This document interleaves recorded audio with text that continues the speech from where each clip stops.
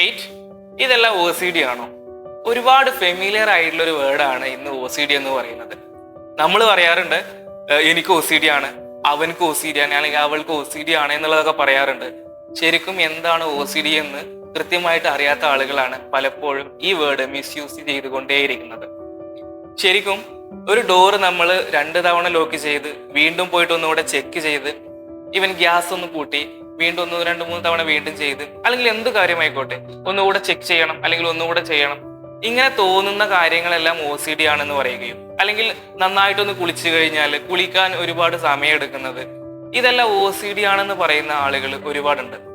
ശരിക്കും എന്താണ് O C D എന്ന് മനസ്സിലാക്കണം എന്നുണ്ടെങ്കിൽ ഈ ഒ സി ഡി എന്നുള്ള 3 വാക്കിന്റെ അർത്ഥം മാത്രം മനസ്സിലാക്കിയാൽ മതി. ഒബ്സസീവ് കമ്പൽസീവ് ഡിസോർഡർ എന്ന് പറയാം.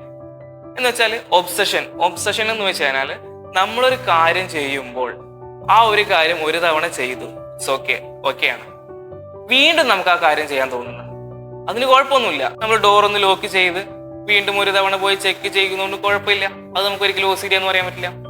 അപ്പൊ എങ്ങനെയാണ് ഒ സി ഡി എന്ന് പറയാം? ഇതില് ഒബ്സഷൻ എന്ന് പറയുമ്പോൾ നമ്മളൊരു കാര്യം ചെയ്തു കഴിഞ്ഞതിന് ശേഷം വീണ്ടും നമുക്ക് ആ ഒരു കാര്യം ചെയ്യാൻ തോന്നുക.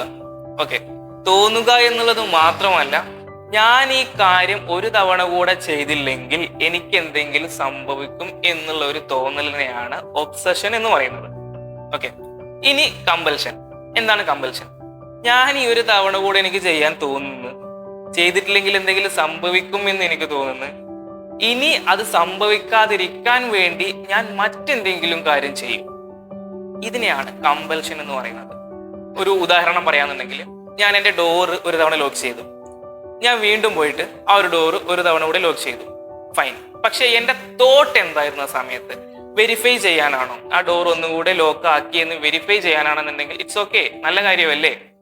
പക്ഷേ ഞാൻ ഒരു തവണ കൂടെ ആ ഡോറ് ലോക്ക് ചെയ്തു എന്ന് ചെക്ക് ചെയ്തിട്ടില്ലെങ്കിൽ എന്തെങ്കിലും സംഭവിക്കും എന്നുള്ള ഒരു തോന്നൽ, ആ ഒരു തോന്നൽ മാറാൻ വേണ്ടിയിട്ട് വീണ്ടും ഒരു തവണ പോയി ചെയ്യുന്നതിനെയാണ് കമ്പൽഷൻ എന്ന് പറയുന്നത്.